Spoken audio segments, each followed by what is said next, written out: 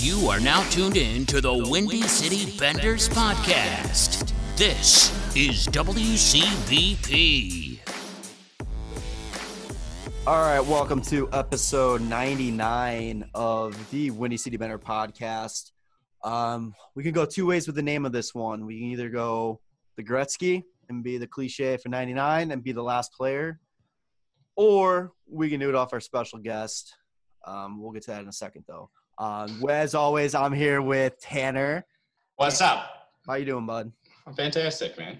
Just having a good time. Just quarantining and chilling, you know? Yeah. We got some nice weather, at least in Chicago now, so you know, go out and enjoy. Very briefly. But yeah, so we just got off the phone or off of Zoom with our guest for the day. Go ahead and you can say his name this time. Frank Crupi. And he is the host of the Hockey Illuminati podcast, who, if you are not listening to that show yet, after you listen to us every week, go ahead and listen to that show. Yeah. Great stuff, some great guests. He had some good stories for us. We had a nice little fantasy draft at the end. And I went a very interesting way with it, and they were in it to win it, Tanner and Frank. So yeah, why not? I didn't do my bullshit that I did last fantasy draft, which is absolutely hilarious and completely illegal for what we did. It was just funny too, because I was telling Tanner, I was like, I'm going through the list to try to figure out who I was gonna pick, and I'm seeing like 10 games played through. I'm like, oh, that's a Tanner guy. Oh, that's a Tanner guy. It's like, yes. Yeah, so it was a lot of fun, though. Yeah, so what do you want to call it? You want to call it the Gretzky, or you want to call it the Illuminati? Oh, man, you put me on the spot. Let's just call it the Hockey Illuminati. The Hockey Illuminati. All right. So, yeah, we won't waste any more time. Gretzky Illuminati. Yeah, the Gretzky Illuminati. All right, let's send it over to Frank. All right, so with us now is a very special guest to this show. He is the host of a fantastic podcast, probably one of my favorite hockey podcasts besides ours. Unfortunately, got to say that. But he is Frank Crupi, and he hosts the Hockey Illuminati podcast. Frank, thanks so much for joining us. What's up, boys? I appreciate the kind words. Not off to a great start, though, because you pronounced my name wrong. I told you how to pronounce it. I know. This is what I get for trying, man. Happens all the time. It's all good. No worries. I'm so bad with last names, and I get mine mispronounced all the time, so you think I'd be a little bit more careful pronouncing everybody else's. All good. You never do it. I don't understand why your mouth just can't make it work ever. It's the most frustrating thing for me, but yeah. So this is a long time in the making. Definitely been following you for a while throughout your show, so it's a real honor to talk to you. So let's just kind of kick it off for the start. How'd you get the Hockey Illuminati going?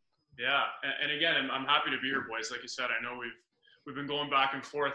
Before we start, I'm curious. Have you guys ever been to Toronto? What's up? Have you ever been to Toronto? I have not. Not. No, anytime only place. I mean, I've been there when I was like younger, when I was playing in tournaments as a kid. We went to Toronto like 3 years in a row, like right after Christmas, which was pretty fantastic. But I haven't been there, to enjoy it as like an adult or anything. Yeah, I've only been up to Sarnia area for Silver Sticks. That's the only time I've ever been to Canada. Yeah. It's not an area of Canada you want to visit unless you're mining for copper and nickel. Right. Yeah. Very. Which I don't think you'd be doing, but it's my side gig. No big deal. Yeah.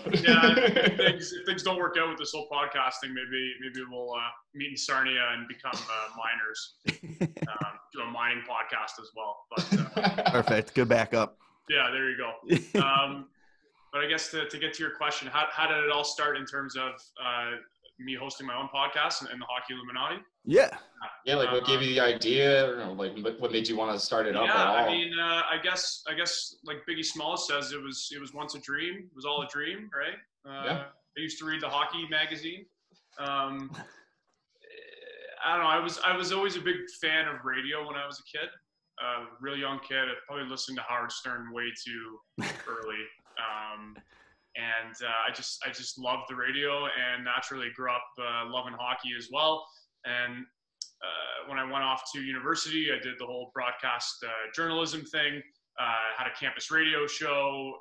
Was really involved in, we did a lot of YouTube live streaming and all of this type of stuff. So I was very involved in that. I knew that I wanted to forge some type of path in the media world. I moved back to Toronto and I started working with a little bit with Rogers TV, which is kind of like our version of ESPN, I would say. So I was working with them for a few years, doing some play-by-play and covering junior A hockey. And I got to a point where I was like, you know what? By the way, can we swear on this? Oh yeah, fuck yeah, whatever you want to say. We got to a point where I was like, fuck this. Like I want to have something that gives me total creative freedom. I want to be my own thing. I don't want to be a clog in a machine that is this huge entity, and I want to build something. And I always really loved interviewing people, getting to know people. And I remember just saying to myself, thinking like, shit, I have such a huge hockey network. I'm so lucky to have a lot of great relationships in the sport. And I live right here in Toronto, which is the hockey mecca. Like, damn, I could get him, no problem. And I was like, screw it. I'm just going to start my own podcast, and we'll start interviewing guys kind of Howard Stern style in terms of the way he breaks interviews down and talks to people. Is kind of, he's one of the inspirations for the way that I think our show operates. So that was it. So we started it a couple of years ago. We used to be called the Jock and Jill Show. Some things changed, and we've now morphed into the Hockey Illuminati, and we're trying to take over the world one interview at a time. Yeah, I mean, sounds pretty fantastic to me. Yeah, That's I mean, sweet. What about, how did you guys start your show? It's one of those things that, yeah. So, me and a couple other buddies that haven't been doing the show with us recently, but we always been talking about like, oh, we should do a podcast. Never talked hockey. I mean, we've always played hockey and all that kind of stuff. And then it got to a point where we're just like, why not? I mean, all the conversations that we're having, playing at spots or, sitting around drinking beers and talking about, we could just record this and we could toss this up. And it kind of started as just, we sit in one person's basement, one microphone that we had to twist to turn everybody to like pick it up. Yeah. And it just kind of morphed into like, this little bit more of like a serious thing for us, getting very lucky getting some guests out there. I've been able to take my producing. I've got a degree in film production as a producer. Sweet. So I've been taking my degree as a producer and been able to like turn it into like, different form of entertainment, but it's been a blast, and it's definitely glad that we started this. And I kind of wish I would have focused more on like the broadcast side and studied that way, because I can tell you on one hand how many times I've used my film degree actually lately. So yeah. But, yeah, and Tanner's hopped up with us over the last year or so, and it was when the podcast first started. They were just kind of chatting as boys, and I mean, I'm already friends with them, so I was like, yeah, I'm always listening, and then I was like one of the first guests that they had on, because they were just like, well, let's just get Tanner on, because like I'm a huge nerd for everything that's like Blackhawks and NHL, and I was just like chatting away like crazy, and then as soon as it was over, I was like, all right, I got to come back on and do it again. And then, like, after I did it again, they're like, do you want to just, like, be a part of the show? I was like, fuck yeah, I do. So, and then all of a sudden, you're interviewing Ed Belfoy. You're probably like, whoa, what is going on here? Yeah. I don't know how we've gotten some of the people. It's just, one of those things. I guess a weird, advice to anybody listening, if you're doing this kind of thing, shoot your shot. I mean, you never know. 100%. I feel like the very first interview that we had with, like, Dave Bolin, it was over. I was like, what the fuck did we just do? like, how did we get to talk to Dave Bolin? Like, he's won Stanley Cups. Like, what the fuck? That was a great interview. That was the first time I listened to you guys with Bolin. Sweet Bull. And yeah, like, people ask me that kind of stuff all the time as well. They're like, how do you get some of these guys to come on your show and stuff? How are you getting these guests? And I'm like, it's really, it's like you said, you got to shoot your shot. You have to have a salesman's approach to it, right? For every 10 people you reach out to, 2 will respond, 3 will respond, and if you're lucky, 1 will agree, right? Yeah. And it's a similar type of number in sales. So it's just about taking your shot, right? I mean, law of attraction, go out there, grind, and look at what you guys did with Belfour, right? I mean, you reach out to someone over and over and over again. You catch their publicist or their agent or the guest on a good day, and they're like, yeah, sure, I got a lot to say. Because, you know, one thing is, like, everyone loves listening to themselves talk, right? And everyone's got a story to tell. Especially, I'm finding as well that it's obviously a little bit easier to get guys that are retired. Mm-hmm. Because, you know, they kind of miss the spotlight a little bit. And it, you know, podcasting puts them back in it. The current guys are a little tougher to get, and they're usually not as good interviewers either, because the current guys are a little more tight-lipped, and they really watch what they say, especially the younger guys, right? Like, I did an interview with Owen Tippett. Oh, okay, nice. Who was drafted by the Florida Panthers first overall in the first round, excuse me.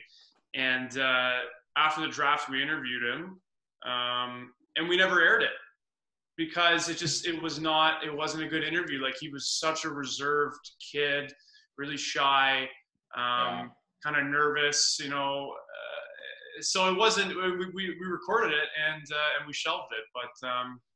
Anyways, no, I'm rambling, but it's almost better to talk to, like, the retired guys or even, like, the older guys, because especially when you're talking to the older guys, there wasn't this sort of media out there, like, when they were coming up and all that kind of stuff. So now the way I look at it is, imagine the stories some of these guys might have that have never had the chance to go and put it out there because, hey, there's nobody out there to talk. You know, they can't call on the AM radio or something back in the day and put this out there.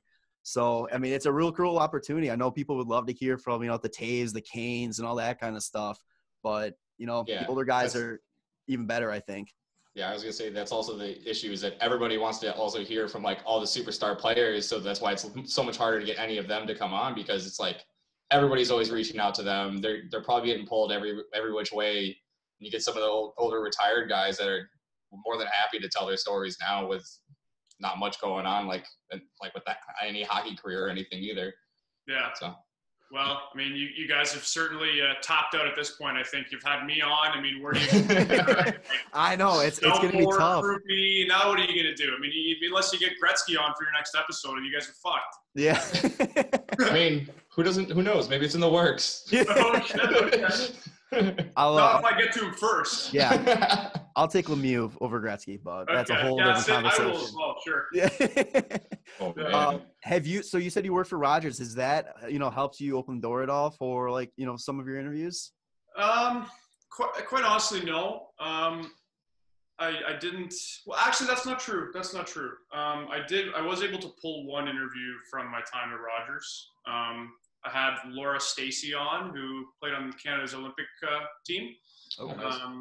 And I met her at Rogers TV, but I didn't make a ton of contacts there, no, because that was junior hockey mostly. Gotcha. Yeah. Makes sense. Yeah. But it was still a good experience, right? Like. Oh yeah. You know, that was kind of like being in boot camp, podcasting boot camp. You know, you got to learn to think on your feet. You're on air, no script. Obviously, you have your notes and stuff like that, but it's definitely helped to sort of carve out some skills, on-air skills that I have. Yeah, definitely. You've had an awesome list of guests. Any particular one that, you know, really stands out to you as possibly being your favorite, or one that you maybe didn't expect to enjoy as much as you did? Yeah, good question. Probably the most fun I've had with a guest was Nick Antropov, former Leaf. That was a good one. Just a massive beauty. Tall, funny Russian guy. Well, Kazakhstanian, actually. But he came in the studio and just super, super friendly guy, open book. Was really candid. We cracked beers at the beginning of the episode. Said, Nicky. It's always good. I used to watch you play when I was a kid, and now I'm sitting here interviewing with you. This calls for celebration. Like, can we crack some few beers? And he goes, fuck, it's 8 o'clock in Kazakhstan. Sure. So we cracked a few. And it was cool. Like, he was talking about, because you know the latter portion of his career in Toronto wasn't easy. Fans really got on him. Yeah. one year in particular, fans really turned on him. And I remember that because, like, I was kind of one of them, right, as Leaf fans. And, to hear the other side of the coin all these years later, what this guy had gone through, really – it really puts into perspective that, these guys are human, right? Yeah. They're stars. They're making millions of bucks. They're on TV. But at the end of the day, they're just like you and me. They're human beings. So that was cool. Another one that was a surprise, I guess, great interview was with the referee, Don Van Massenhoven. This guy is a former police officer turned NHL referee. He had a 25-year career, had some amazing highlights throughout his career. And the referee perspective is very different, right? Yeah. He shared, in really interesting altercations with Mark Messier. There was a slap shot that almost took his life one night. You guys might recall, you can't find it on YouTube anymore, but deflected slap shot on a power play, one-timer, deflected off a stick, hit him in the head, had to get rushed to the hospital, emergency surgery. He was shedding tears at the end of the story in the interview, and I was like, wow, this is powerful stuff. So that was surprising. Obviously good radio, good podcasting rather. So those are probably two favorites for sure. Definitely. And then you just had George Laraque on. And Laraque. You know what? Laraque was great. I wish there was an opportunity to do him in person. Yeah. You always want to get guys in person, right? As much as possible. It's obviously a little bit harder with the world we live in now. Yeah. I think the current state, but he's got a really cool story. His book, I read bits of his book in preparation for the interview. Like one of the most interesting hockey players of all time. Did you get that interview like right before he was diagnosed with COVID? No, you know what? So that was a pre-recorded interview. I actually, I pre-recorded. I did that. It was like in toward the end of 2019. Okay. Yeah, it's like that's crazy timing because I was like, thankfully he's like okay now, but yeah, that's pretty intense. Yeah, I was shocked to see that, but thankfully he's good, and I don't think there was any doubt that he was going to KO COVID, just like he KO'd everyone on the ice. Yeah, point, right? And that's like, it was awesome listening to that one too, because you hear all the stories about how he's like the nicest guy. He had that whole thing in Goon where Sean William Scott fights him, and then he's like, oh, he's so nice, and they skate off. And just hearing him talk, it's like, I love that all the goons, enforcers of hockey, are the nicest human beings that you are ever going to meet. So it was just really nice having that biggest teddy bears. Yeah. It's hilarious. It's crazy. It's kind of a cliche, but it's true. They all are very gentle giants, and the majority of them do not like doing what they're doing. I shouldn't say don't like it, but it's, like in Laraque's case, he used fighting to get to the NHL. We've all heard this story with the enforcers, and his mindset was, if I become the best fighter in the league, then everyone will be scared of me and I won't have to fight as much. Right? Which is fantastic. So he's just a perceived badass tough guy who secretly doesn't like fighting and is also hoping that no one's going to fight him because he doesn't want to hurt you. Yeah. And it was just a very, very interesting situation. He dealt with like a ton of racism as a kid. His parents told him to quit hockey. Teammates really giving it to him, obviously, and he went through a lot. So really cool guy. Yeah, I'm just, like I said, so excited that he's not like affected at all anymore by what's been going on recently. You also like really good friends with Stamkos, right? So I'm fortunate to have a good relationship with Macedonian assassin Steve Stamkos. Yeah. I was listening to that episode recently, and I'm just like losing it because I'm just laughing so hard about you guys being in like a fantasy football league together and questioning if he's like seen Tom Brady yet, and I'm just like, this is just like, what the fuck is going on? This is hilarious. It's like it's a hockey podcast talking about fantasy football. Like, I was like, all right. Yeah. You know what? He's one of those. He's like a big time undercover beauty. Like he's a private guy. Doesn't do the social media thing. He does his interviews and he sounds the exact same. He's very bland, but behind all that, he's actually like hilarious, super down to earth guy. Family oriented dude, and I mean, I went to high school with him. That's how I've had a relationship with him for a long time, and he played baseball with us for a few years in our beer league baseball, summer beer league baseball early on in his NHL career. Probably against Steve Eisenman's wishes, but he was still doing it anyways. Tear it up too. Plays a little fantasy football with us, and that's that. Did he tear it up in baseball too? Like, is he dude, it was there used to be a clip on YouTube. I don't know if it's still there. I mean, YouTube takes everything down now, so yeah. Like Nike came out, and this was like right when he had signed with Nike, and like some guys from Nike came out and filmed a little 5-minute documentary on like him playing in this beer league baseball in the summertime, and he was nasty, man. He would crush jacks and like steal. It was so funny to watch him steal bases because he's like 10 times faster than everybody, right? Jesus. So he would steal bases, the guys would get pissed, and I remember like he would be laying out for balls in the field, like. He'd be making diving plays, and we're going like, shit, man. Like this guy's like, he's got no threshold. Like he's making diving plays. Like I'd pop my shoulder out if I did what he's trying to do. And he's laying out for the boys on a Tuesday night, in our beer league. So his hockey career by just doing all that shit too. He's just like, yeah. Who cares? These professional athletes are just absolute freaks of nature. It's just what they are able to do is just not even fair. It's hilarious when people think that they're like, yeah, I can probably do that if I like tried hard enough. And it's like, you have no idea. There's no way. Actually, it's funny. Mike Smith, the goaltender, played on that baseball team with us for a year. Oh, no shit. Because him and Stammer were really tight. They still are, but when they were in Tampa together, they were really tight. Okay. And Mike Smith has a house in the Toronto area, off-season home, and he came and played with us one night. We needed guys, and he was like, "You guys got a spot for me?" We're like, "Hell yeah!" And he literally the most jacked human being I've ever seen in my life. Oh my god! Like 2% body fat, totally shredded, 6'6", lean, like just the perfect goaltender's body.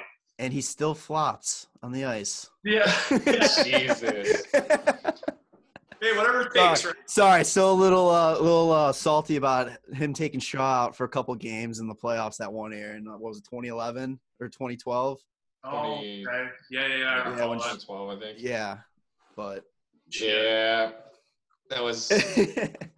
So no opinions on Mike Smith. Yeah. You guys probably won the cup that year anyway, so it doesn't matter. No, that was the year we got knocked out by Arizona. Yeah, Arizona. Yeah. I remember that. That was a great series. It was. That was 2012 because Arizona ended up matching up against LA in the Western Conference Finals. Yeah, that was when LA went on a huge fucking insane run. Yeah, that was also the Torres Hossa hit year too. Yeah. I actually remember watching a lot of those Chicago games because one of my teammates at school is from Chicago, a big Blackhawks guy, and I remember watching a bunch of games at his place. Yeah, there was a couple like within like the last 5 seconds the Hawks like would tie it up and all that. It was like it was something like the 5 out of the 7 or how many games they played. It was most of them went to overtime, and it was just like, all right, it's gonna happen every night. That's what Hawks do. They like to kill us, take years off of our lives by going on these overtime games in the playoffs. But well, luckily now we don't have to worry about that. Fucking depressing. Very unlucky. Like I'm not happy about it. So do you got any like interviews in the works or any big plans coming up for the show that you want to talk about or kind of keep it under wraps? Yeah, I mean, I went on this podcast with these guys from Chicago. That should be pretty good. Nice. Yeah, sound like cool guys. Yeah. Well, we'll see. I don't know. The jury's still out. I don't know. We'll see. Yeah. I have a pre-recorded interview with.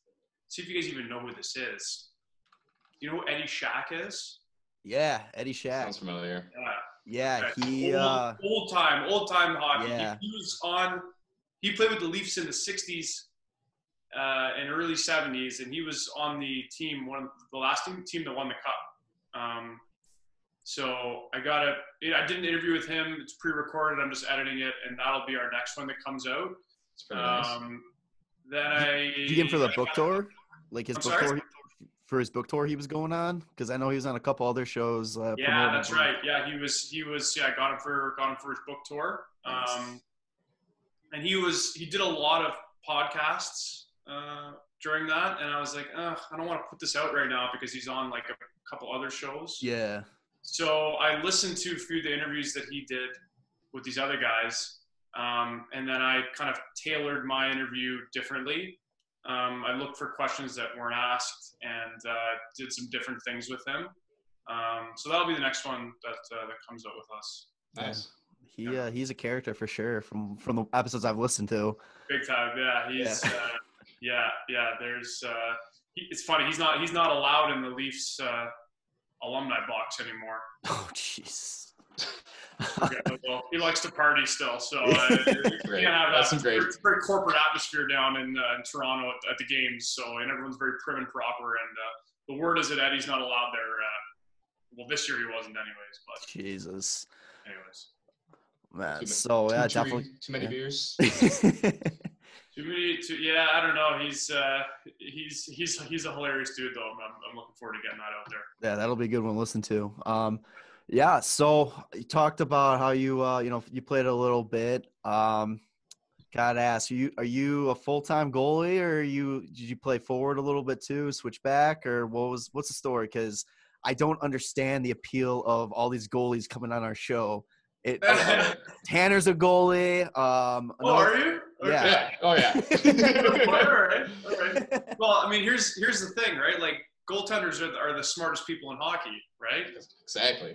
Very Debatable. You see everything from a different angle. You can pick up on everybody's little like hitches and stuff like that. And they don't even know it. Yeah, you have a lot of goalies that go into broadcasting, and Kelly Rudy, Glenn Healy, Darren Pang, and there's a lot of tenders that do that because I mean they can speak very intelligently on the game. But I mean, for me, it's funny. Like, obviously in Canada, we're hockey crazed here. It's an illness, and a lot of people start playing super young. I didn't start playing until I was like probably 10 or 11. Oh, wow. Which is super late in Canada to start playing hockey. And I started playing as a forward in house league. It wasn't very good. It's kind of a funny story, actually. My dad was coaching my house league team. And I remember before a game, we're getting ready to go out.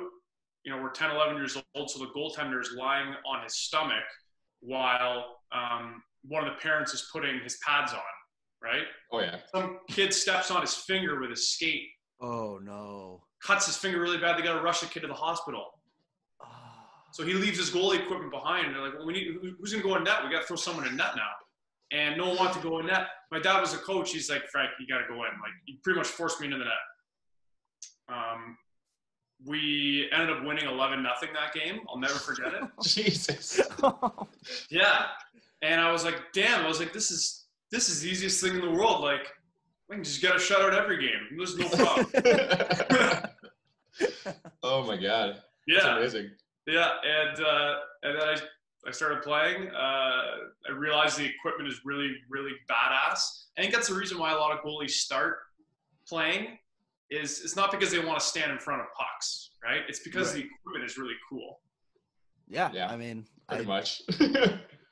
Be able to do your own kind of mask, whatever you want to do. Like, no other player on the ice gets to do that, I mean, yeah. I see the appeal of the goalie. I guess I'm not wired like that. I got to stick with my forward position. But yeah, I'm a really big fan of just denying people of scoring. It was so great. Your whole team gets like hyped because you made a save. Their whole team gets fucking upset, and you're like, yeah, I'm the fucking man right now. True, man. And like when you're a good goaltender, like you're the lead singer of the band, right? Like there's no other feeling like when your team wins a game and you're back in the locker room and you're the goalie in that for that win. Like everyone knows, like he was the fucking man tonight. But on the flip side, when you lose, oftentimes the penny is the first person that gets looked at as well. Right? Oh yeah. Yeah, very true. But I mean, it's funny. Like as my career went on, the appeal of playing forward, like it weighed on me more and more. I was always thinking like, oh, it'd be fun to score goals and like hop the boards the way they do, skate around, slash guys and stuff. So like as my career went on, I almost like second guessed my positional choice at times, but whatever. You see a lot of, I know down here you see a lot of former goalies jumping up the forward once they stop playing competitive and hit the beer league. So I mean, that's because you can't stretch as much as you used to be able to, man. Tanner, that's 100%. I mean, I used to be able to do crazy splits and stuff with my shoulders and like, I can't get out of bed in the morning with pulling my hammy if I don't get up the right way. Honestly, no joke. I used to just always go like splits, like any kind of cross ice pass, like in the zone. I would just splits across. It would just like, I don't have to worry about anything on the ice. I'm just like worried up top. It was just so easy. But yeah. I could not do anything close to that now. Were you a Belfour fan when you were a kid? I mean, kind of. I was actually, when I first started hockey, it was like Hasek was on Buffalo, and I was watching him do all of the insane, like cool, like shit that he was doing and having those Vezina years, like year after year. And I was just like, unreal. Like, I want to be like Dominic Hasek. And like, it was weird too, because like when I first got into hockey, I got into it from my buddy who's from Michigan and one of my best friends. And so like he was a Detroit fan, and my parents never watched hockey. I was the first one to play hockey in my family. So I was like, well, Detroit's kind of cool. Like my buddy loves them. And then after a few years, like I was just like, what the fuck, man? I'm like in Chicago. I live in Chicago. Like Blackhawks are dope. Fuck that shit. Like, wow. But yeah. But I mean, yeah, Belfour was great to see like Belfour versus Hasek in the Stanley Cup Finals that one year, and just being like, well, the Blackhawks could have had either one of these right now, but whatever. Apparently, we didn't want that. That's right. I always forget that Hasek was on Chicago for a year. Like a season and a half. Season and a half. It wasn't much. I mean, Belfour didn't give up the net at all for him, so and that was part of the reason why they dealt to him, because Belfour was the type of guy. He wants his net, and he did it. I mean, it was insane looking at his stats, just seeing 74 games played like every single year. Yeah, and wasn't there a third goalie in Chicago that year as well that was sick? That year, no. There was the Nets like goalie that kind of like questioned who our goalie was probably Jeff Hackett. Yeah, Hackett couldn't hack it. I'm trying to think of who was. I was trying to think of who the goalie was like right before Belfour. That he like took the job from. That wasn't Bannerman, was it? I don't know. That's coming off the top of my head. Yeah. So go ahead. Any weird goalie superstitions that you would always throw up in your like your pregame and all that, or are you tend to be more the normal goalie that just shows up, does the job? Yeah. God, I gotta think now. I definitely had some. But it's been so long since they were like in my mind. I was a pretty normal goalie. Like Tanner, you could appreciate this. Like there's obviously whack job goalies, and then you have regular goalies, which are still weird people, but they're on the the other end of the spectrum in terms of you can talk to them. Yeah, you can talk to them. Exactly. My teammates used to tell me all the time, like, you're pretty normal. Me too. It was looking hilarious. I was like, thanks. It's like a compliment. I'm like, thanks, man. I appreciate it. Yeah. God, I remember like when I was like talking to girls or like, whatever, chasing chicks, and they find I'm a goalie and they'd like get scared. I'm like, no, don't worry. Like I'm a regular goalie. It's okay. Like, I'm not a weirdo. I'm gonna get weird shit going going maybe on. still out on that, but I don't know. I don't think I really nothing too crazy. Like maybe with certain songs I would listen to before a game. Just like pre-game kind of stuff. Basic routine stuff. Little things like whenever there was a face-off at center ice, I would come out a certain way. Like just tiny little things. But nothing crazy. Kind of like repetitive actions that you found out. Like, oh, I made a really cool save. What did I just do? I'll just do that every time now. Like, yeah, probably. Yeah, it's more of like maybe like an OCD thing than like a superstition. Oh God, yeah. Yes. I mean, I had a really weird one when I was like first started as a goalie because my dad came up with this idea, but underneath the tape on my stick on the knob, my dad took like goalie like cards, like regular like trading cards that like had like Dominic Hasek and like other like 3 goalies. He folded them up and put them under the tape. And he's like, yeah, so they'll always be with you on the ice. And I was like, whoa, okay. And just like transferred those like from stick to stick for a while. And then like I got old enough, I was like, what the fuck is this for? Wow. Dude, okay, Tanner, man, you just jogged my memory because I just recalled a superstition that I had now. And I did this, I don't know how long I did this for, definitely like throughout my teenage years and maybe even into junior for a bit. But I had a hockey card of Curtis Joseph that I put in the foot of my skates. Okay, there you go. Very similar. Like underneath the insoles of the skates. Just for good luck or whatever. I don't know, because he was my favorite player. And the card like got molded to the skate. Oh, I was gonna say, that's not gonna look pretty when you're all done with those. No, and it was God, I don't know how long I did that for, but that was definitely something I did for a long, long time when I was a kid. And as well, speaking of hockey cards, since we're on the topic, I went in my room and found this for you guys. Oh, that's pretty great. Bobby Hall. Oh wow. This is one of my earliest memories of hockey. I remember my dad came home with this when I was a kid. Oof. And I was like, the Golden Jet, like, that's cool. Like, what is that? Like, pilot? Pique your interest a little bit? What is this? Yeah. So, I don't know. I've always kept it. It's pretty cool. I figured you guys would like that. That's pretty fantastic. I love it. That guy is a character and a half for sure. He's one that I would love to sit down, not even if it's for the show, just to sit down and hear him talk because I feel like he's kind of one of those guys that would love to hear himself talk too. Oh, 100%. So he's kind of a legend because he's still in the Chicagoland area. When I was coming up, I don't know about you, Tanner. Yeah. Like about you. I know what you're going to say, but yes. He just shows up to rinks and tournaments and would try to get people to like, to get a crowd and just to talk. And we're like, oh, I didn't know you guys were having Bobby Hall here. Nope, he just showed up. Like, he just would show up all the time and just start signing. Like, he legitimately like came into our locker room, but like after or before a game one time because one of the parents was just like, hey, I'll give you like $50 to go in the locker room, give him a pregame speech, and he's like, yeah, okay. We're like, what the fuck is Bobby Hall doing in the locker room right now? Oh my God, how fired up would you be? That team, they better have won that game. I think we did. Yeah, I'm pretty sure we did. That was a good team I was on way back then too. I was just like, still, what the fuck is going on? That's crazy.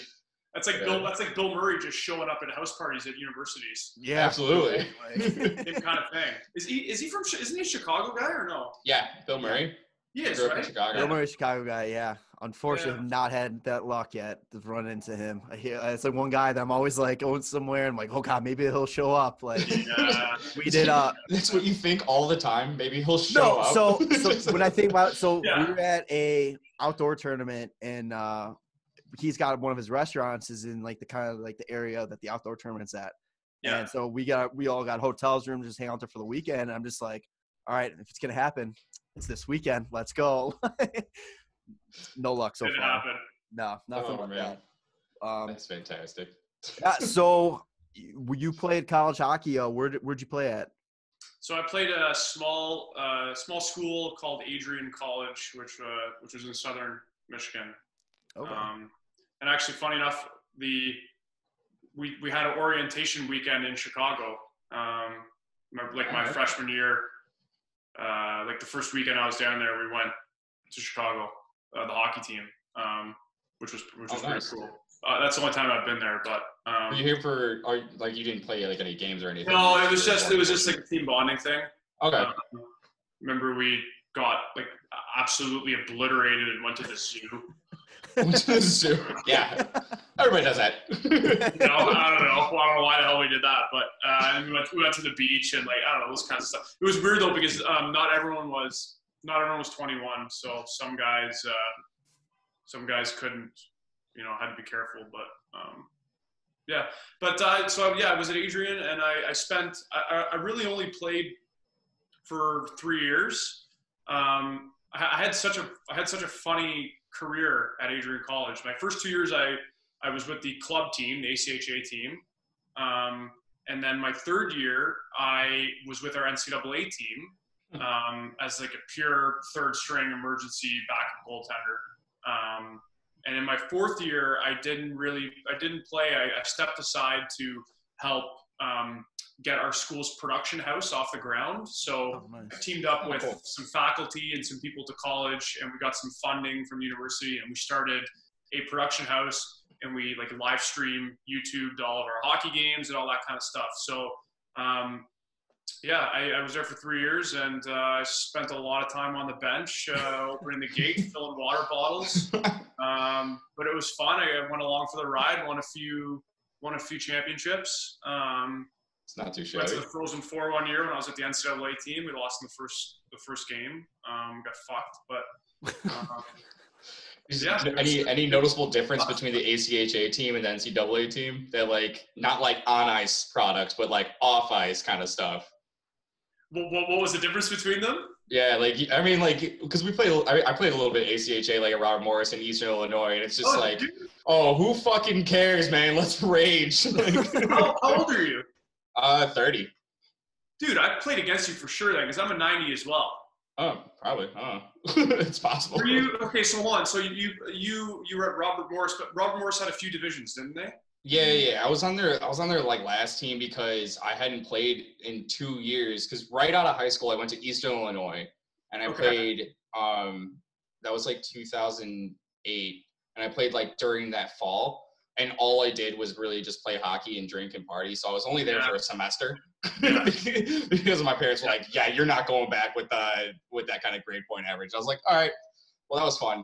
And then spent my time at like a community college for like a year and a half, and then went to Robert Morris University. And since I hadn't played hockey in like a year and a half, I was like, "Well, I'm not going to be very good, so it's going to be shit." And kind of what it was.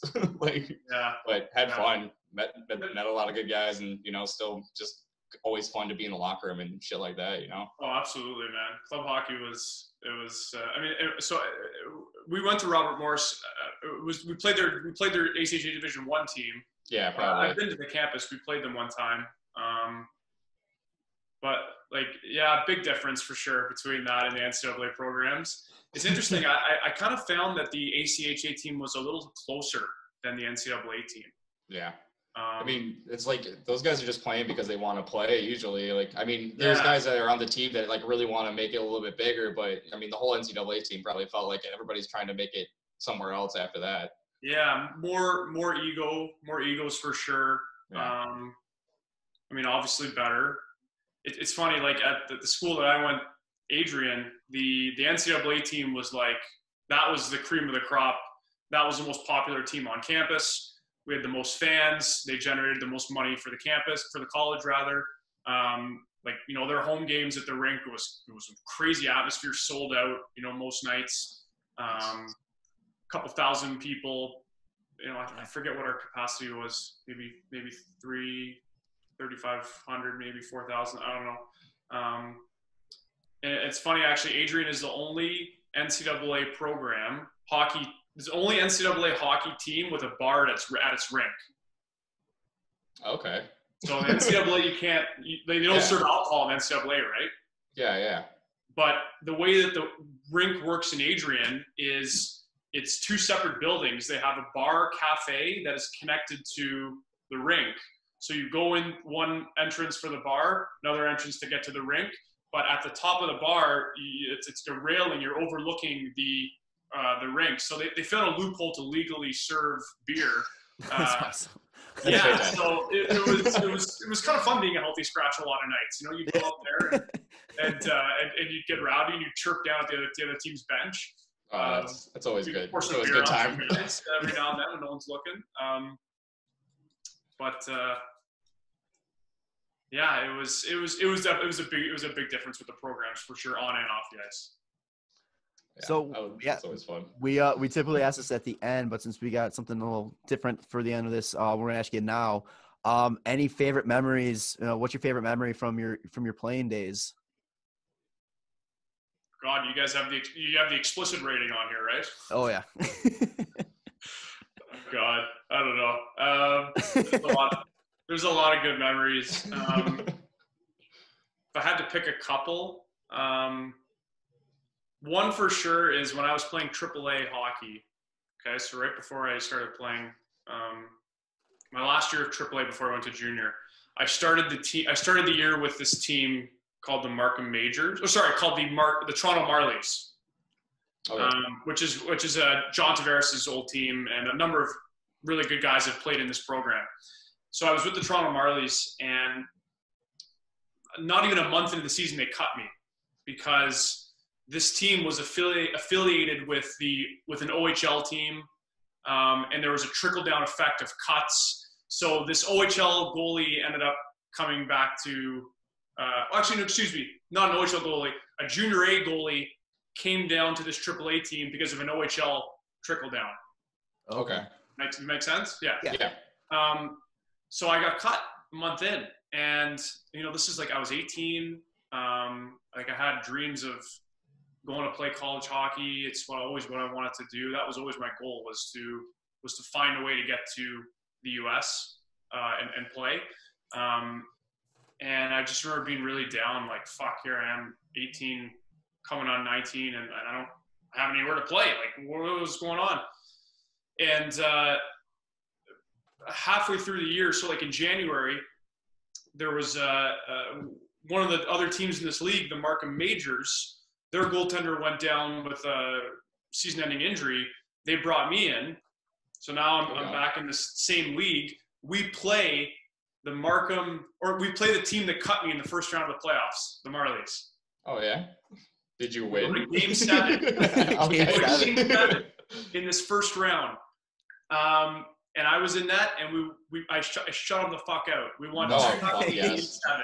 And I'll never forget going through the shaking everyone's hand in line. And I remember all of my teammates, my ex-teammates were so happy for me because like they knew it was bullshit. I was getting cut, and like, they loved having me on the team, and they all were like so happy for me. And I remember I got to the end, and the coach was there who had cut me, and he just, the look on his face, I shook his hand. I gave him one of these, and we sent him home, and it was crazy. And that year, and we ended up going all the way to the finals of the league last year, and we lost in Game 7. Oh man. Yeah, still, round 1 was, what a fantastic story for that. It was crazy. Like, just to get a shutout in that final game. Like, it was only AAA. Like, this wasn't, but it was like, fucking stuff movies are made of. That's awesome. Yeah. So I got to ask before we switch over to our little end activity here. Your Leafs fan, man, what's going on with Toronto? Like, on paper, you guys have such an amazing team. Like, what do you think, in your opinion, is like holding you guys down? Yeah. Well, first of all, I think this break will actually be good for Toronto. That. Mitch Marner's kill-death ratio in Call of Duty will probably go up, which is really important for him. Oh, man. That's not a lie either. Obviously, we've all seen the videos of him just playing. But, you know what? Like, a lot of people ask me this, right? As a like, what's happening with this team? And they're lacking what the French would call, je ne sais quoi. They're lacking something, right? I think it's like a combination of their leadership, and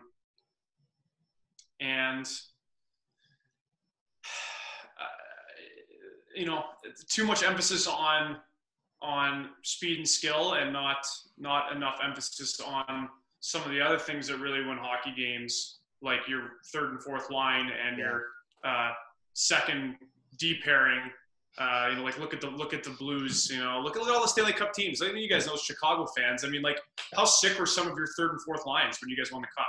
Oh, absolutely unreal. Like, right? Shut down lines that can contribute as well. It's insanely valuable. Yeah, and obviously having Keith and Seabrook and all these Chalmerson, all these studs on D helped a lot as well. But like, this team was built, like, Kyle Dubas, our general manager, he fucking built this team like he was playing Xbox, like NHL 20. Seriously, like, let's just get guys with high skill, high speed, really fast, and we'll just put them all in the top 6, and they'll just score a bunch of goals. And some nights they can definitely do that. You know, I think they were still the highest scoring team in the league when the season ended. Like, if not number one, definitely number two in terms of goals scored. Yeah, they were definitely right? up there. Yeah. They're up there, and there's no doubt they have an amazing top six, but there's definitely holes in the rest of their lineup. And it's, you know, hockey really is a team game, right? Yeah. So that coupled with the fact that their leadership, I think, is a little questionable as well. When you have Austin Matthews and I believe Mitch Marner has an assistant as well. I believe he wears an A. Yeah, it's Marner, Matthews, and then I believe it's Morgan Riley. Riley's the other A, Yeah.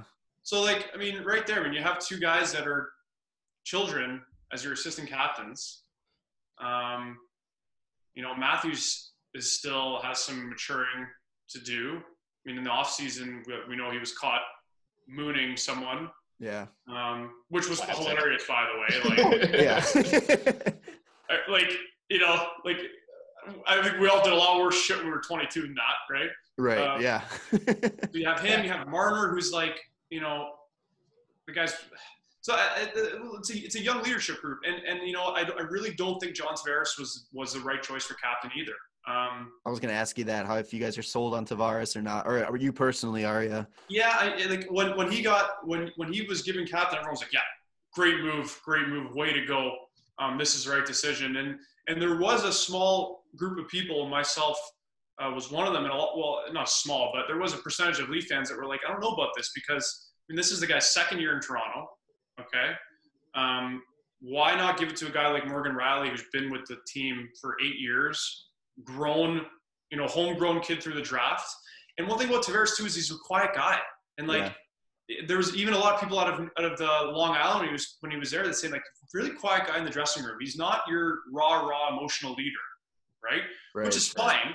But for the type of team the Leafs are, you have a lot of young kids full of piss and vinegar. I think you need a leader that's really in your face and super emotionally charged.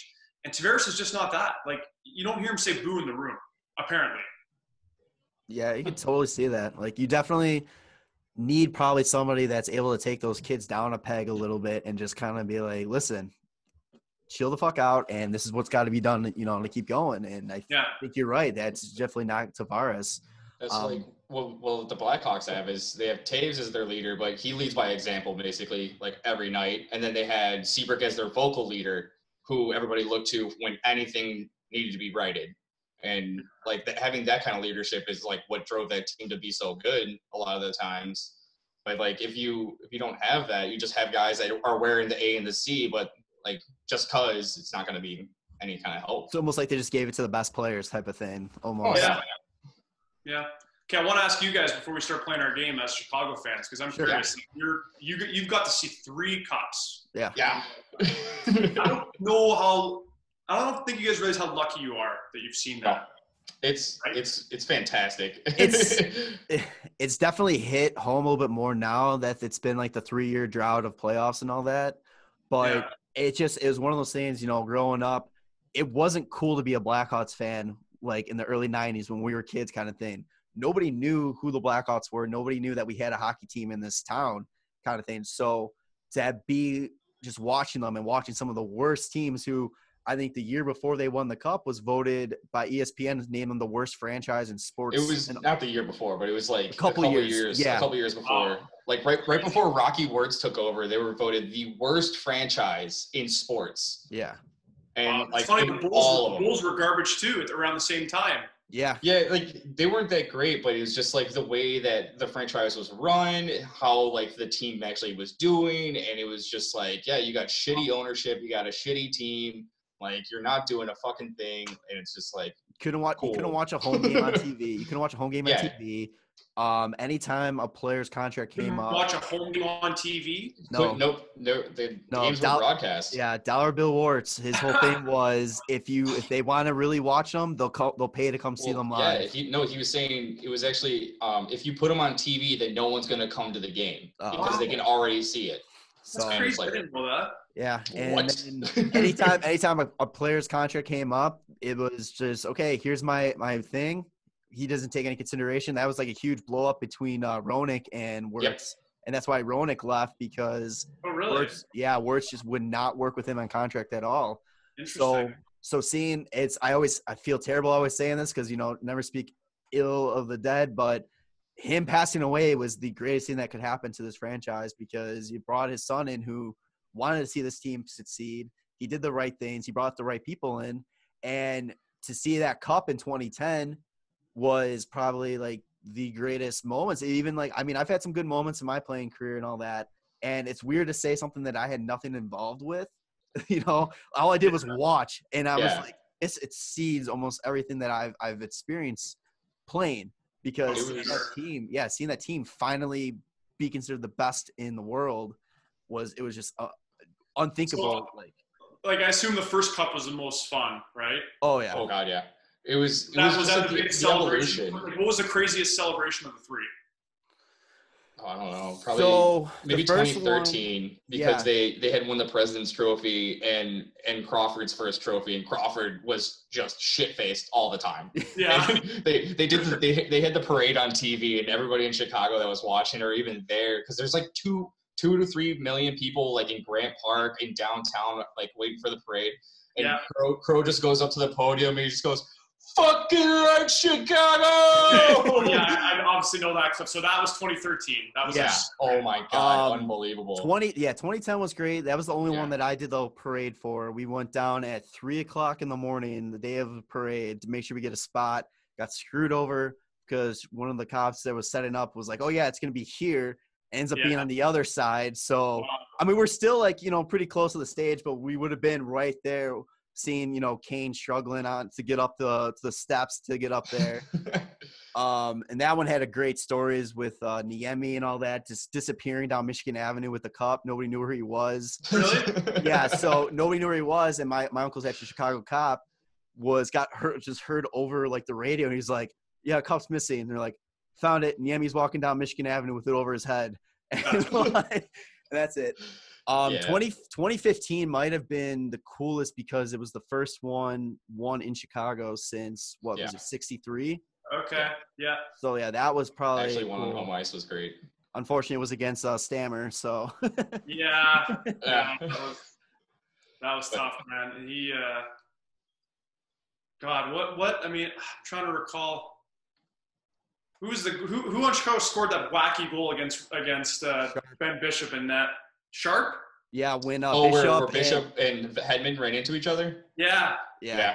Sharp could not buy a goal the entire time, and then all of a sudden he gets that gimme, and we're like, God, he really needed that just to like get his head out of his ass. That was the moment I knew we were winning the cup, because I was like, I'm like, just one stupid move.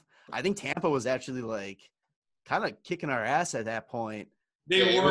They were, yeah. I remember that was a big turning point of the series. And I think in that same game, Stammer had a breakaway. Like, he had a big opportunity to either tie the game or, like, give Tampa the lead late or something, and Crawford stopped them. But, it's funny. That, I mean, I think as a Leaf fan, like, we're obviously never been close to the Stanley Cup. We haven't even made the fucking finals. So, like, when Stammer was there, like, it was like, okay, like we're kind of close. Like, me and the boys were just going nuts. Like, oh man, like Stanley Cup's this close to coming like into our little town. Yeah, and he's definitely on my list of like players that I want to see with that cup. Like, I love that Tampa Bay team. Yeah, they're crazy. There's some great guys on there. Yeah, and you know what's interesting? Now I was thinking about this. Like, now that Ovi's won, is there another player in the league that is as deserving to win as Stammer? Yeah. I was going to say Joe Thornton. Okay, Jumbo Joe. Okay, but I mean, Jumbo Joe's probably going to retire. Okay. Yeah. You're right. For sure, Jumbo. For length of being in the league, it's Jumbo Joe. But for best player not to win one, it's got to be Stamkos. Currently in the league, like on a roster when the season starts, right? Yeah. Yeah, absolutely. I mean, this is it's, I can't think of it. Like, who else would? I don't know. Carlson, maybe. Yeah, but a bunch of the guys, they're younger. Yeah, Carlson probably would be up there as well. Yeah. Well, Lundqvist would be up there as well. Yeah, Lundqvist. There we go. That's another one. If we're going to count goalies, but I guess in terms of I think Stammer and Ovi are obviously they got a lot of comparables, right? Okay. Both snipers. Stammer, like Ovi, has had some playoff letdowns, and Ovi went through that, but it's just a matter of time before Tampa breaks through, I think. Yeah. So if the season picks up again and they go based on the standings right now, how's that going to be? Stamkos versus Toronto. Where's the loyalty going? Yeah. Oh well, for sure it'll be with Toronto. No doubt about that. The group chat would be pretty interesting. That's for sure. Yeah. With the chirps going on, but I don't know. It'd be a good series. It's just whoever can beat Boston next, right? Pretty much, yeah. Pretty much. Like I said, I think this break will be good for the Leafs. They were in such a weird spot all year. They were doing this all year. Then we lost to the Zamboni driver, and oh yeah. I think this reset. The boys are at home, hopefully doing some self-reflecting, and maybe come back with a fresh mindset. So I think this could be good for the Leafs. And they might have an advantage. When the NHL resumes, who knows, though, right? And they might have an advantage because Toronto's in toss to be one of the hub cities. So, they get to stay at home for the entire playoff. Yeah. That could be great. That kill death ratio for Marner will keep going right up on Call of Duty. All right. So we've had you on for a minute here. So we'll get to a little game we're going to do here. We're going to do a fantasy draft. We did one earlier. We did just general Blackhawks. So this one we're going to do players that played for the Blackhawks. So play Blackhawks and Toronto from the 90s up until today. We have to switch off between Blackhawks and Leafs. And before you got on, Tanner threw a nice little trick into it. Yeah. Because you're a Leafs guy, you got to pick the Hawks first. And because we're Hawks guys, we got to pick a Leaf first. Okay. So we're picking each other's. So, no. I'm saying for your first pick has to be a Hawks player. So to determine the order of how you go Hawks or Hawks Leafs, Hawks Leafs, Hawks Leafs, and then ours will be Leafs Hawks Leafs Hawks Leafs Hawks. Okay, so I'm a little confused. I'm picking the Chicago players. You're picking one of each, but you're starting off. Your first player you're picking as a Chicago Blackhawk. Okay. Sorry, boys. It's been a long day here. No, you're good. Right. It's getting confusing as we. Yeah, we're trying to make it unique and then throw stuff in here. So yeah. So we're giving you got the only first right-handers from Sweden. Yeah. Shit. Yeah. All right. So yeah, you got the first pick overall. So what Blackhawk you taking? I'm gonna take Tony Amonte. Ooh, that's the man. All right. For some reason, I had a soft spot for him when I was a kid. I like his hair. I like his hair. He's also Italian. Yeah. And I'm Italian, so I for some reason I gravitated. I liked him. We'll go with my boy Tony Amonte. Tony Amonte. Yeah. One of the greatest Blackhawks to play in the Indian Head and not win a Stanley Cup. There's a bunch of them, but he's definitely up there. In my personal unbiased opinion. Yeah. So go ahead, Tanner. You got the next one. My first, I'm gonna go with Matt Sundin. My first pick right there. Just fucking classic Leafs. Awesome fucking player. Does everything. Yeah, there's no one. I'd be raising my eyebrow if you picked anyone other than him first overall. Yeah, there you go. I did it good. Yeah, good. He's the guy. He's our guy. So I was gonna go with the original theme of anybody that played for both teams or grew up in either city, but because he's still on the board, I gotta take him. Phil Kessel. That's my guy right there. The Phil. Okay. Oh, the thrill! The thrill, eh? We one of our men's league teams for a couple of years. We were the Phils and had his USA picture as the team jersey. So yeah. Are we doing snake draft or are we going back? No, yeah, go back. So Frank, go ahead and pick your first Leaf. Okay.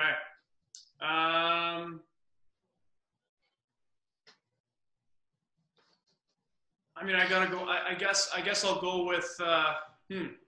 So I think I'm going to take Matthews. I'm going to take the obvious one here. There you go. Because I don't want you guys to take him. Yeah, I could see that. I was gonna maybe happen. I don't know. And Matthews, I read a crazy stat about him the other day. He has the best goals per 60 minutes played even strength average since he entered the league. God. I think I've seen that stat a few times. It's pretty crazy. Over Ovechkin and Pasternak and all these other guys, per 60 minutes even strength, he has the most goals per game. Yeah, he's going to be so good for you guys. And hopefully he already is. For a long time, yeah. It's one of my favorite things about him is like when he got drafted and Laine was taken second, they're like, yeah, Matthews is going to be like the complete player and Laine is going to be the goal scorer. And then like Matthews is just putting up like 40 goal seasons like nonstop. And you're like, what happened to be? I thought Laine was supposed to be doing that. Okay, never mind. Oh man. All right, Tanner. All right. Well, I'm gonna just gotta go with Patty Kane. Gotta go with Patty Kane. There's no way. Could end up being by the end of his career the best Blackhawk of all time, and probably he will be like greatest American-born player until like maybe Matthews like surpasses him, but you never know. Yep. All right. So, there you go, Jarom. All right. I'm going back to my list of guys that played for both, which I just found out when I was looking this list up. Steve Sullivan. Yeah. I saw that when I looked it up too. I was like, yo, Steve Sullivan? I didn't even know he played in Toronto. Yeah, I think maybe like 2 years, maybe at the most. Yeah, I think something year like that, and a half, yeah. I was looking at the trades, and it was Toronto got him for like Dougie Gilmour from like when he was on New Jersey. Oh, really? He was like Dougie Gilmour was a part of the trade. Steve Sullivan was a part of the trade. There's like a couple other guys involved, but I was just like, no shit. Like, wow. More you know. That's sick. All right. So Frank, back over to the Hawks for you. Yeah.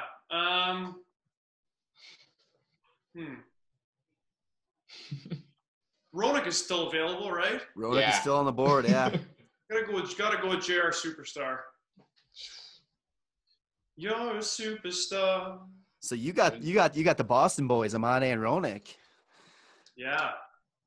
High school. What am I doing? I can't be supporting these Boston guys. Can we make trades? Boston like guys. Deep down, you really like them. Boston guys and Americans. No Canadians whatsoever. Oh God. So you locking up your forwards here, Tanner? No, I think I'm gonna go Felix Potvin. Wow, Felix is hot, eh?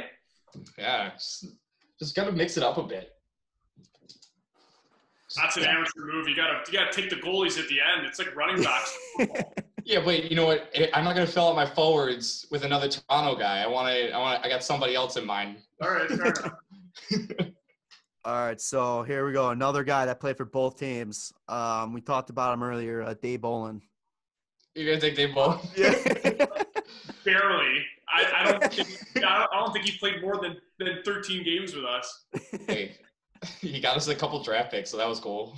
He won us the cup, and we shipped him out. So God, I remember when the Leafs got him. It was like we were so fired up. Like this guy was coming over from the Chicago dynasty, and he was just ultimate leader and wears his heart on his sleeve. Anything out of it. Did he get like hurt like right away? I think he was hurt like coming in. Probably. His whole career, maybe he was just hiding it, and then got to Toronto, and I shouldn't say that, but I don't know. He was that was a shame. He's a fantastic guy, though. Oh yeah. All right. So back to you, Frank. You are going for a Leaf. You're out of forwards too. Yeah.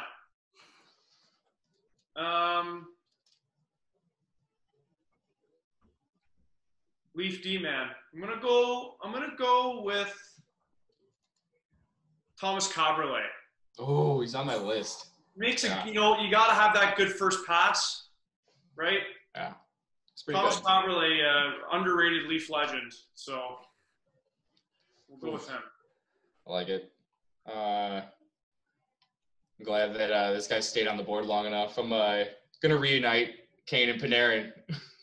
Just like Noli did in our draft. Got to pick up Panarin, get Matt Sundin right between them. That's fine. That'd be a fantastic line. Yeah, I guess. Yeah, I forgot he played on Chicago. He had his best years. Yeah. He's been killing it though. If we could, oh my God, if we would have been able to hold on to him, talk about having he could be a Hart Trophy winner. Yeah, seriously. If the season still went on and Rangers ended up making the playoffs, fuck. Oh yeah, how do you know not? what? I think if the Rangers had made the playoffs, he would have virtually been a lock for the Hart because. Oh yeah. It's very difficult to give it to McDavid or Draisaitl. Right. Because are they really the MVP? With the other guy there. Yeah. He could have been a favorite, I think, to win it. Yeah, and plus, who doesn't love his celly? The high kick, it's fantastic. He's been working on it in the off time right now too. I don't know if you saw that it was an Instagram post where he's painting his wall and he's just doing a high kick every time he does a little stroke with paint, high kick. Yeah, amazing. He's the best. All right, so for my Leafs defenseman that played for both teams, Brian Berard. Brian Berard. Wow, he played with Chicago. That's amazing. Yeah. We got one season, I think, for him. Was it a full season? I don't remember. I looked it up earlier. Your whole team is guys that played on both with both sides. So far, yeah, except for Kessel. Except for Phil Kessel, yeah. Well, you never know. We might get Phil someday. Fingers crossed. you know who might be on that list at some point is Dustin Byfuglien. Yeah. Oh, yeah. You think he's gonna go to Toronto? Well, I mean, it's probably an outside chance, but a couple weeks ago they were reporting that the Leafs were one of 3 teams that were interested in him. Oh yeah. Yeah. That would actually be pretty good for him. Yeah. God, with all with lacking size and just putting Byfuglien back there, you're all right, now we're good. Dude, if we had him, they were reporting it. TSN was talking about it. I forget who the teams were, but there were 3 or 4 that Montreal. I think Montreal, maybe Nashville as well. Yeah, I think Nashville. I feel like Nashville's always in on some defensemen all the time. Yeah. They hoard them. It's them in Carolina that the hoard defensemen. Yeah. But maybe rough, yeah. All right, so back to you, Frank. Now your Chicago pick. Chicago D-man, yeah. I guess I'll keep the All-American theme going, and we'll go with Shelly. Shelly. Oh, nice. Yeah. All right. Not too shabby. Well, another guy. Wish he could have got that cup with Chicago. I mean, he got a cup though, so that works out. He's got a couple, but yeah. Chicago's the only one he doesn't have one with. Yeah, it kind of That's sucks. Montreal as well, yeah. Yeah. Jesus. All right, I got 2 defensive picks. So my first one, which is going to be Toronto, just gonna go with Morgan Rielly. Yeah.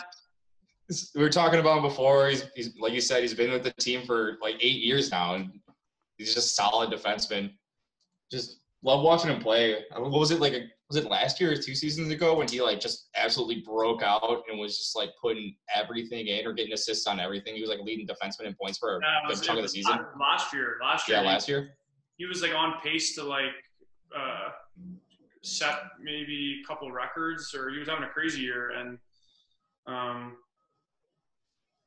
he got hurt and he tailed off a little bit, but Mo's salt of the earth guy. Without him, we'd really be screwed.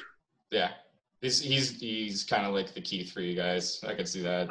Yeah, he is our X factor. If something happened to him, we would be completely done. Yeah.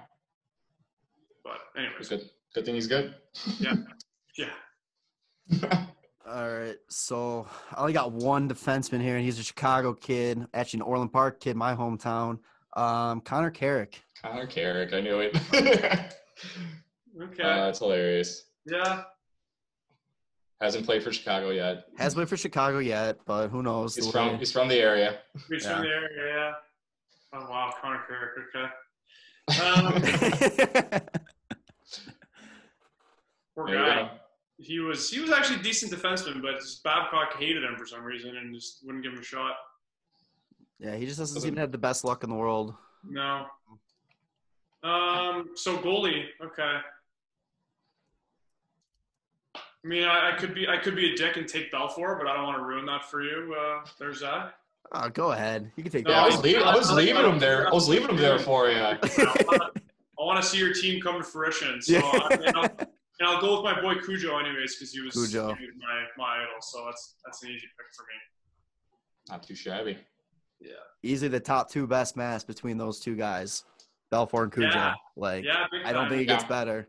Yeah. Yeah, and I mean how simple they are too, compared to like all the things that people have nowadays, where you have like either so much symbolism for like their life or the city that they play in, and then theirs are just like a dog and eagles. It's like, yeah, those are sick. It's amazing, yeah. I'm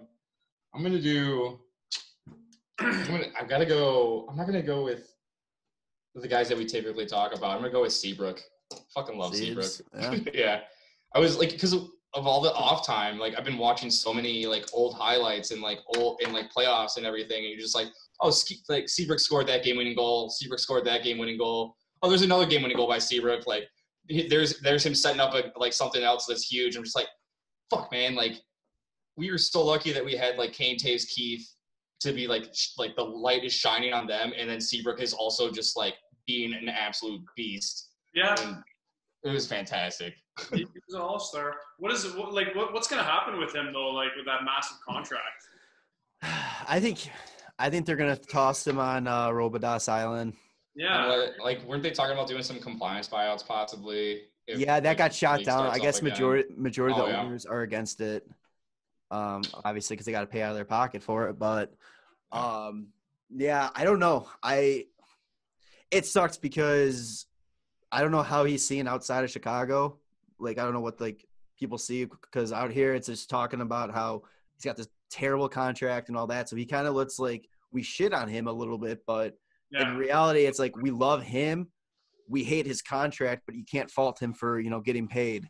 Yeah. Like he earned it. So, and Bowman, who's got the history of making just these not great contracts, I mean, he offers it, you're not going to say no to it. So, I think if he full no movement, no trade, you're like, all right. He has a no move as well, eh?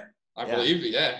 Wow. Almost everybody Bowman has signed long term has got a no movement clause. Yeah. And it's a loyal guy. I mean, there's something to be said about loyalty, but yeah, there's too much loyalty there. But yeah, I think if he doesn't play again, it's just he's going to be parked on IR for the rest of his career, I think, unfortunately, which is a bummer.